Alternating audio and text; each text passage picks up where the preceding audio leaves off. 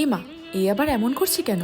তাই ভাবছো তো তোমরা? আসলে সকালে লাগছিল একটু ঠান্ডা, তার জন্য এমনটা করছিলাম আর কি। তারপর ঝটপট ব্রাশ করে ঘর ঝেড়ে মুছে নিয়ে এদিকে চা বসিয়ে দিলাম। আর ততক্ষণে আমার ওই চিয়া সিডসটা খেয়ে নিলাম আমি। এদিকে আবার চাও রেডি। তারপর বসিয়ে দিলাম এক সাইডে ছোলার ডাল আর এক সাইডে কাঁঠাল।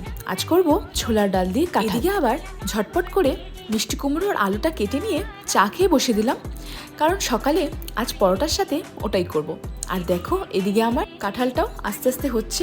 তারপর এখন তো বেটুর টাইম। এই দেখো বেটু উঠে গিয়েছে, এবার ওর পাপা ওকে ব্রাশ করিয়ে দিচ্ছে। এদিকে আবার ঝটপট ডালটাও নামিয়ে এক সাইডে করলা ভাজাটা বসিয়ে দিলাম। তারপর এদিকে বানিয়ে নিলাম আরও সর্ষা দিয়ে ডাটা আলু বেগুনের মাখা মাখা।